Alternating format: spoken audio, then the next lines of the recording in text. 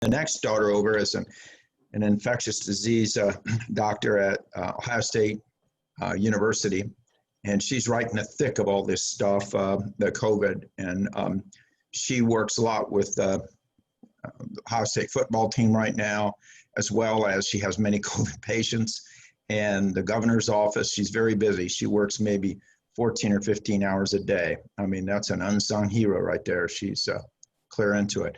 Then my daughter far on the right, Ari, she's the oldest, and she has a master's degree in electrical engineering from Purdue, and she works for NASIC, which is the North American Space Intelligence Center.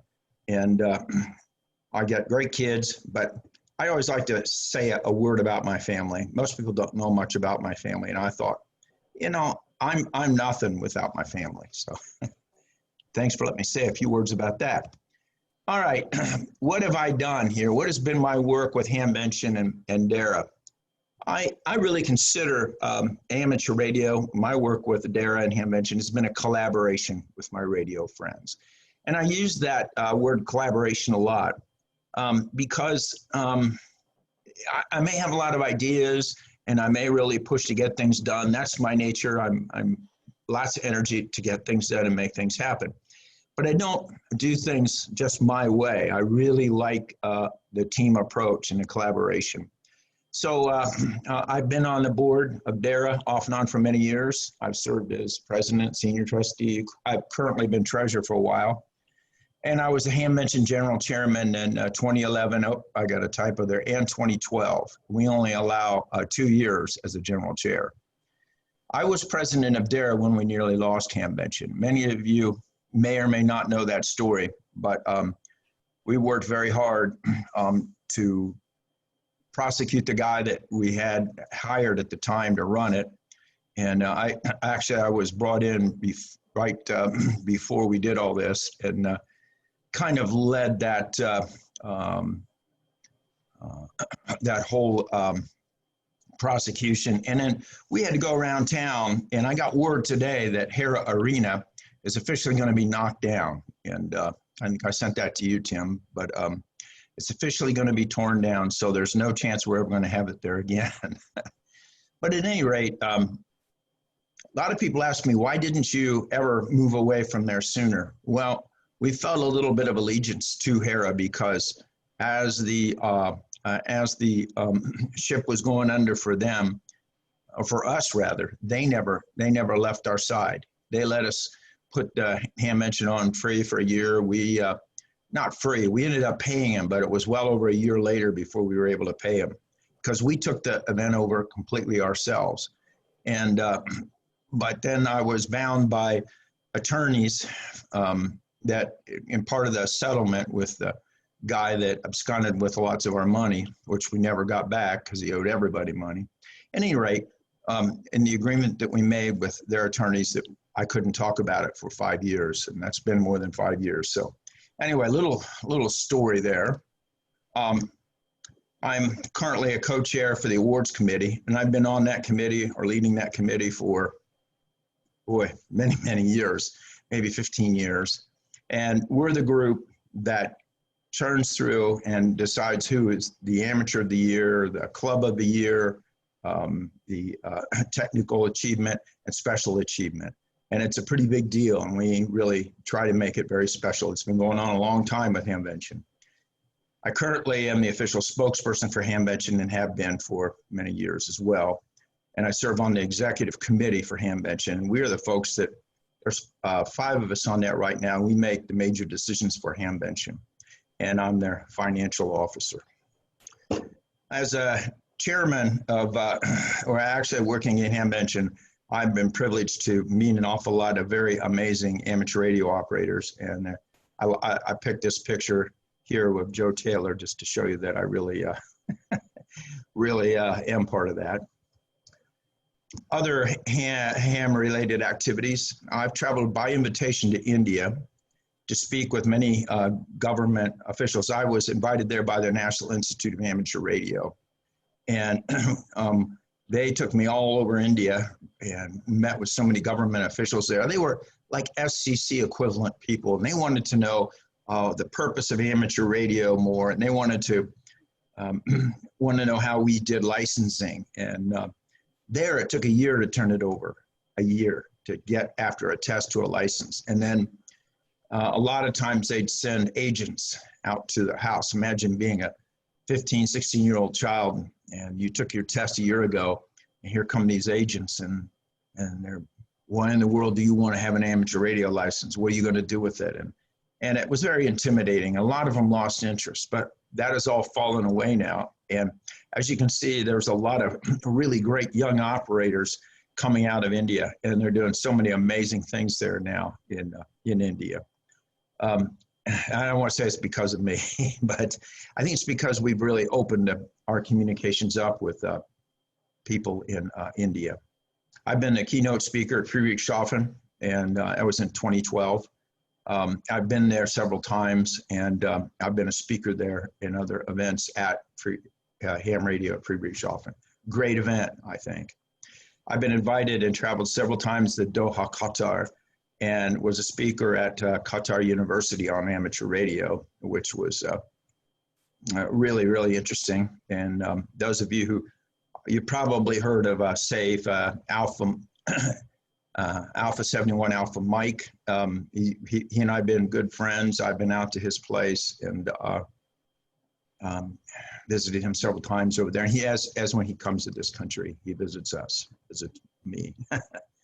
Also, I am involved in, as a net control operator at the National Weather Service, which is located in Wilmington, Ohio. And we cover the south half of Ohio, northern Kentucky, and eastern Indiana. And I think it's a pretty worthwhile activity. I find it absolutely fascinating. And I'm so impressed at how coordinated Skywarn is at this point, at least in our group. There's my friend Mohan, and they've got, I don't know, 3 or 4 buildings there in India, and that's he and I just talking. I'm not sure who took that picture, but I thought I'd throw it in there. I don't know if any of you met Mohan. Mr. Mohan, he's a really nice man, and he tries to make it to Hamvention quite often. There's a picture of myself giving a keynote address in Germany. And I didn't really need to speak German to do that. Those of you who've never been to Friedrichshafen or in Germany, you can get by just fine in English and be very well understood. And also that year, you can see there's a little award diamond on a table to my right. And that was, we also had awarded the DARC, they were Club of the Year that year. And so when I was over there giving that speech, I also re-awarded them with that while they were all in attendance. My station is, well, basically I enjoy DX, and I'm on the radio usually several nights a week. I can usually be found on 20 or 40 meters and sideband, and often checking into the friendship net, or as we call it, staying safe with safe net. Maybe some of you have heard of it. I have a JK Falcon antenna and a JK Quattro up about 65 to 70 feet. I use an ICOM 7610, and I have an ACOM amplifier. And really love to get on the radio. And I'm not really a contester. I do love working DX, but I also enjoy just working in, different stations in this country and all around, just to find out what's going on in amateur radio. I really enjoy, I guess, the rag chew. It's one of my towers with my new beams on it in my backyard there. You can see a thin line go through there, maybe. That's I do like dipoles. I have a couple of nice offset, Carolina Wyndham offset dipoles, and they work pretty good. All right, my ARRL work. Have I done anything for ARRL? And I did, actually. Mary Hobart and I developed a team from her group and my group in forming the Teachers Institute. And of course, we kind of sketched out what it would look like, and we put quite a bit of money behind it, that Dara did. And we give a lot of money to the ARRL. I worked with our DARA board to start and support the AR scholarship funding, and you see that. We assure not only a nice fund that goes into the scholarship thing, but we also try to assure a minimum of $10,000 a year be donated to the ARRL. And then when they put on the AR 100-year event, they called me as a consultant. I didn't get paid, but I enjoyed helping them, and it was really a lot of fun. I want to talk more about this in a few minutes, but I've always spoken, and I've spoken quite a bit, of the importance of ARL and how they are a very key pillar in amateur radio, a real support. So there I am representing our club. When Kay was there, giving them, making a donation, large donation, probably one of our $10,000 ones. There I am speaking at the 2017 Expo, and I guess that when you represent, a club like DARA, and it was on our turf basically, and I was going to present the money, they allowed me to say a few words. But I think that the important thing is that my words, I can remember that speech and other speeches that I've made. It's the importance that we all have to work together as a team. All the clubs, the ARRL, and us as amateurs alike. And it's easy to shoot holes in things. And I know back at that time, I was getting a lot of phone calls from the other big clubs. Hey, you need to start boycotting the ARRL because of this and that. And I refuse to do it, because it's important that we work. Like I said, it's important we work together. Imagine being a new ham and come into the hobby, and suddenly you find out about all this infighting, all this, the board can't get along, or people don't like what they're doing so much that they're quitting them. We can't do that. We cannot afford to do that. ARL is in my opinion, the only game in town that could still pull this off, pulling us all together. So why am I running? I truly love amateur radio, as my record shows, but I am very troubled. I'm troubled by what's happening. I'm troubled by the stagnation of the membership numbers. And what is the true value of joining? I mean, why should you join? What is the win-win? And what can we do to improve that? And one of the things, I see we need a really clear, easy to understand strategy and vision for the ARRL and amateur radio, not only in this country, but in the world. A lot of people, as I've traveled a lot in the world, and some of you have, and I know Tim has, you see these QSD magazines, they're everywhere, in every clubhouse. They are there. And you would think that, oh, it's just an American thing. We have time to really leverage the strength, but we cannot continue to do this if we don't have what I would say, a clear, easy to understand strategy and vision for the ARRL. In my professional life, I've done business turnarounds, mergers, acquisitions, and those things. I've led a lot of organizations, including ours, that when I say ours, DARA, in strategic planning process. And we try to make it, what is it going, what can we really get done, and when can we get it done, and what do we get out of it? But at the same time, we always look at what our mission statement is and our vision statement, and is everything we're doing aligning with that? I think that I've seen two CEOs go in there and just absolutely, and I've talked to both of them, and both business guys, but you got to be really careful when you're talking, high business and amateur radio, the ARRL, because people don't want to hear a whole bunch of, Wall Street terms and things like that go into a lot of times the mentality of those CEOs. They want to hear, what are you going to do? How are we going to get it done? Man, that really makes sense. And I use that word collaboration. And I think that the board itself needs to really work together to make things happen. There's a lot of infighting there. I mean, was totally whenever they censored Dick Norton in California, I just couldn't believe they did that. And then they put together these little proposals to revoke a membership or get rid of a director or vice director if they don't like what they're doing. And that happened. And so I think that what we need to do is, and that's why I want to be on the board, we have to really work together to a common goal.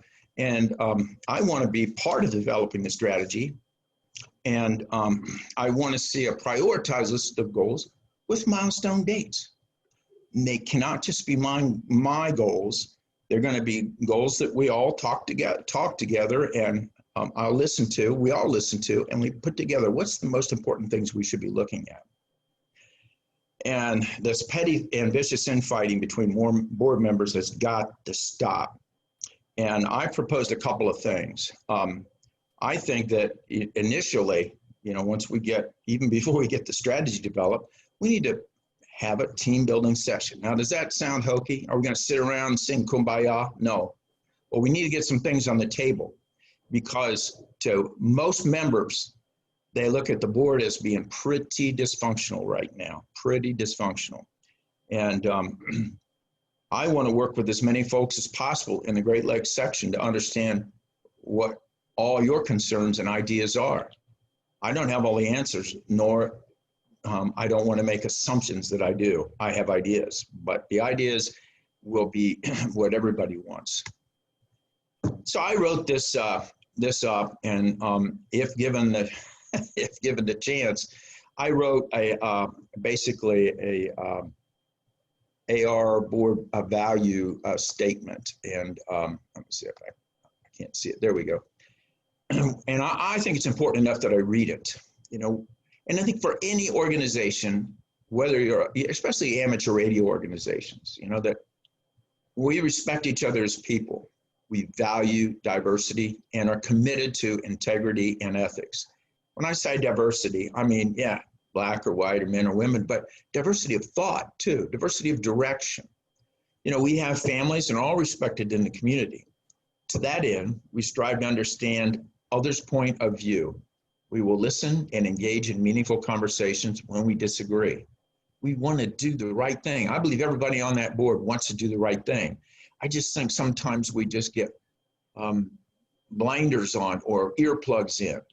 So we value and recognize the contribution of volunteers within our organization. And I think one of the things I'd like to see done is that, I appreciate reading all the, the latest things that happen with AR. I think that's important. But I think it's also important to really focus on who are the people, are the clubs that are really making it happen. And on a very regular basis, recognize those people. We've done that in our own club. It's just great. I mean, it's really good to do that. We put together a process of recognizing people. And we want to strive for excellence by constantly looking at how we can improve. And we will not spread false rumors about board members.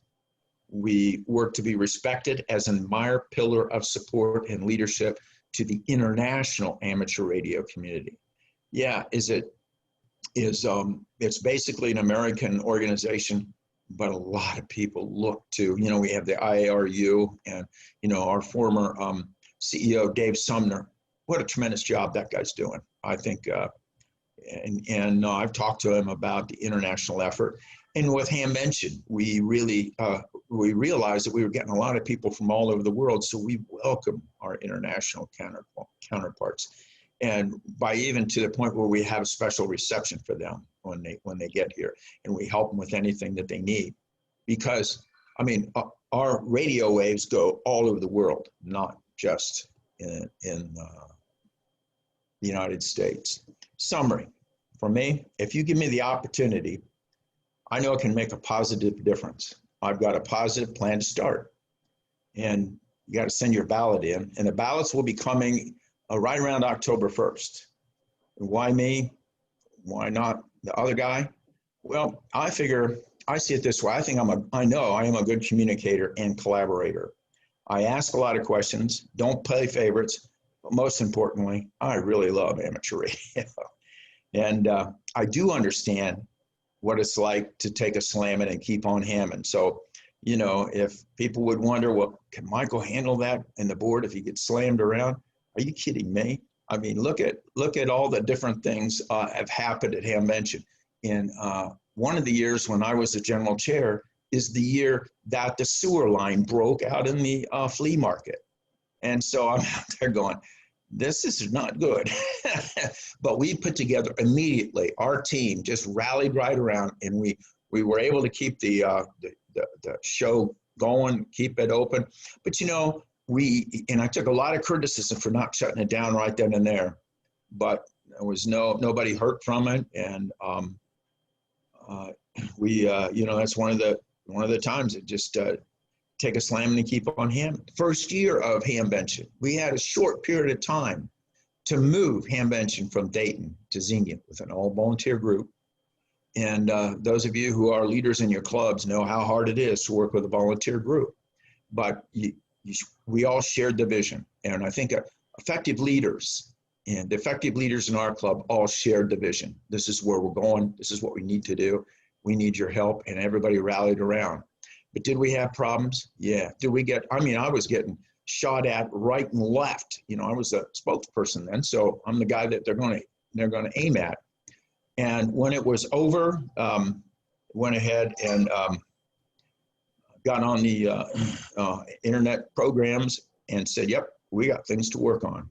Did we have mud? We have mud. So I actually tried to make money off that mud. I wanted to sell that 2017 Hamvention commemorative mud, but I didn't get anybody to take it. And then I also talked to people about, you know, Darren needs to set up a booth out there to sell boots, you know, so we, but since then we have fixed that and continue to work on wherever the flea market is. So we keep working on, we work hard on that. So I do know what it's like to take a slamming and keep on hamming, and you can't be thin-skinned in that game or on the ARRL board. I really want to thank all of you for the opportunity to speak, and don't hesitate to communicate to me or questions and concerns. I am good on QRZ, Whiskey 8 Charlie India. So I guess with that, let me stop the share. Any questions or comments? Additions, subtractions? You look, you look sort of awake. Mike, I got a question. All right, Art. You mentioned all of the infighting and everything going on with the ARRL. Am I reading the wrong articles? Don't know much about it, don't see it. I know how those that there are some that just feel that they are the supreme and they take out whoever they want to take out. As a member, I don't see that. Am I reading the wrong thing?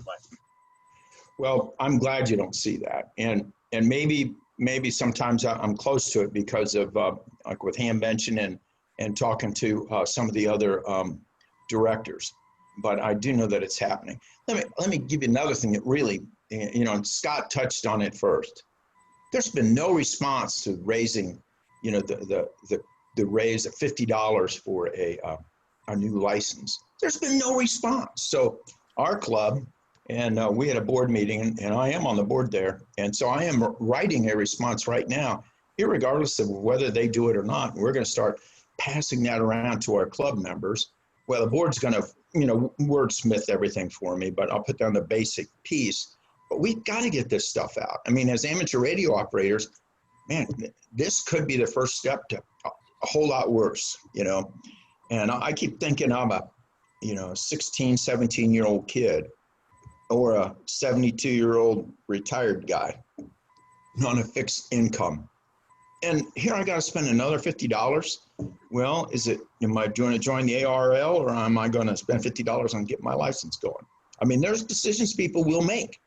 So we have to get out there and fight tooth and nail. And I will tell you another thing, is that I am very disappointed in the whole lobbying effort that the ARL has made in the last few years. It's not a priority. It's not been a priority for them under the old leadership. And it was with Dave, Dave Sumner, but it hasn't been. And that has got to change, because if we have an organization that can make it happen right now, it has some of that infrastructure in place. It has to be the ARL. It can't be, DARA. It can't be your club. It can't be any one particular club. It has to be all of us together. And that's what the ARL is about. Is that, Art? I hope that helps you a little bit there. Yes, it does. Is there anything as a member, do we just write the board and say, hey, you're up there with CCRs, you're up there with this happening and that happening. How about get off of it and start fighting this $50 fee? Well, yeah, I believe you need to. We all need to. And because, and that would be my job as a Great Lakes director. I don't know that I'll win this thing, because it is beating an incumbent is a tough thing. But, I'm up for the challenge. And I also think that that's why I want to write it myself now and get it going. And I don't mind sending it to the ARL. Maybe they'll use it. At least we get something going. Thank you very much. And definitely have enjoyed Hamvention. Thank you for all you do. Well, it's a team effort, Art. It's a collaboration. But thank you. One hell of a team. It is. It is. Any other questions for Michael? Michael Coulter, W8CI, is running for Great Lakes Division Director, and as Michael said, the ballots will be in Ohio, Michigan, and Kentucky mailboxes here in another week, 2 weeks or so. Those ballots will arrive, and so it's an opportunity to take a look at a change in leadership. And but even if you're in Pennsylvania, certainly Michael is here and can answer any questions you might have on either his candidacy or DARA, or working his friends on 40 meters. Or Hamvention. So bring it on. If you got a question, ask me. Or if you don't want to ask it now, write down my call sign, send me an email. Hey, thank you very much, everybody, for allowing me to speak to you. And we're just going to, like I said, we're going to keep on hamming. We're going to take a slamming and keep on hamming, because we got to keep this great hobby going. And I believe we need the people on the board to work together to push to make this happen. And I want to thank my friend Scott for showing up. Scott, did you have any other words, since you're running for something, aren't you? Vice director. Yeah, I'll be your vice director if all things work out. No, we don't know. At this point, no. I think you've covered quite a bit of it. Other than to say that, I welcome the challenges that are both facing you and me, as far as the election, and as far as if either or both of us win, the challenge is coming up, changing that mindset at headquarters and getting them to open up and see things differently, and mostly doing things a little differently, and becoming more transparent, if I can use that overphrased word, more transparent with the membership itself. So that's all I have. Scott, can you tell us a little bit about how long you've been the section manager in Ohio? I've been section manager for a little over 6.5 years. In fact, I'm starting my 4th term as section manager coming the 1st of October.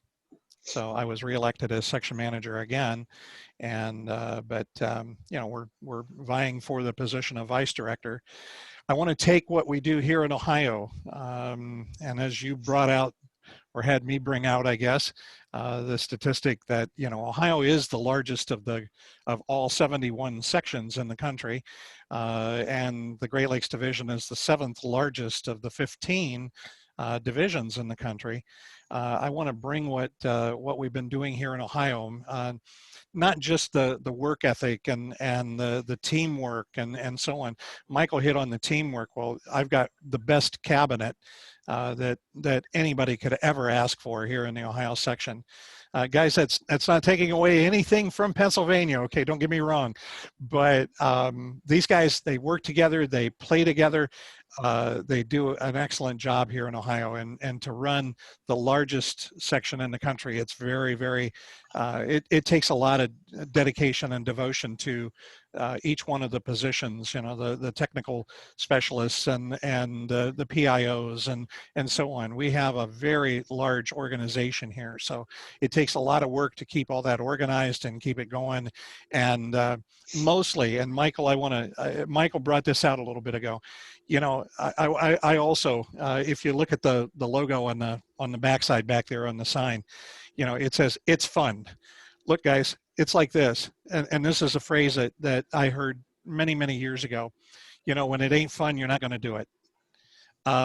So we also have to bring in that aspect of let's get back to having some fun with it as well. Yes, there is a very serious side with ARES and so on, and our legislative side, but we also have to have fun with it. Nobody, absolutely nobody, likes to work with a bunch of grumpy old men. That's all there is to it. Am I right or am I wrong? Oh, that's it. That's what I've got. And Scott, I know you like to drive and you like to get out. How many of the 100+ affiliated clubs have you visited during your 6 years? Actually, I visit all of them every year. Oh, jeez. So you get to over 100 different clubs every year. Yeah, and I go to every Hamfest. My God. And I'm at Dayton all 3 days. You talk about dedication. It's dedication, but it's also a love. And I'm extremely fortunate. Like Michael, my wife is also a ham. She's also an ARRL member, and she comes with me on some of the adventures, and we have fun. And again, if you're not having fun, it wouldn't be worth it. But we're having fun with it, and I get a tremendous amount of support from my family.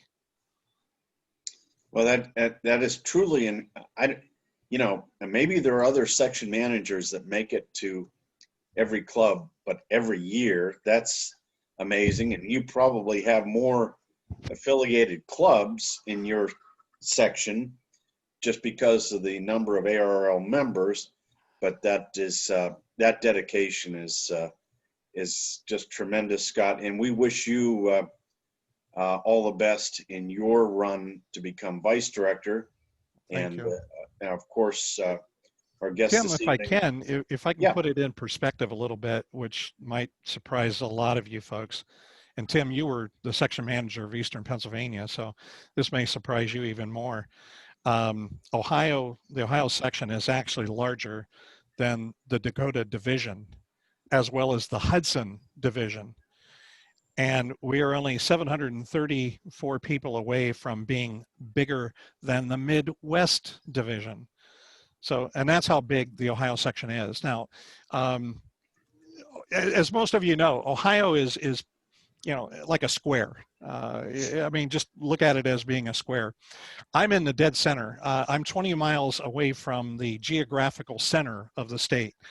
There is not a point in the state I can't reach in 3 hours. So if we have a disaster where my services are needed to be there, I can be there in 3 hours or less, no matter where it's at. So, and trust me, we go. But just like the Hamfest, the club meetings, look, the people out there voted for me.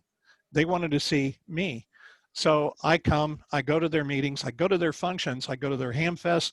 I travel to, well, even this year with COVID, I went to 4 different field day sites and operated my own here from home. So we had, because we had fun. During the Ohio State Parks on the Air, I went down and visited a couple of the groups. This weekend coming up, on October 3rd during SET, we will have another state park. I just want to bring this up real quick at the Garfield, President Garfield Museum up around the Cleveland area. So guys, be listening for the Garfield Museum to be up and on for that. So this state is extremely active in everything you can think of. I guess to add to that, Scott, you know, I really have always admired and appreciated your enthusiasm and your drive. And I think that next year, if he's elected vice director, he plans to get to every field day in all 3 states on the same day. I will touch base. I will make this as a statement. I will touch base with at least 1 field day site in all 3 states during field day. I promise you that. We will make sure that happens, one way or the other. You have been so supportive, and we thank you for that, Scott. Well, thank you. Michael, did you have something else there? Well, I wanted to say that both Scott and I, after we had talked, we did go take one of those cognitive tests, and it was a puzzle that we were able to get done in 2 weeks. That on the outside of the box it said 2 to 4 years, so pretty good. Anyway, thanks everybody, and you know, as you can see, if you know, Scott's the vice director and I'm the director, it's not just for the Great Lakes section.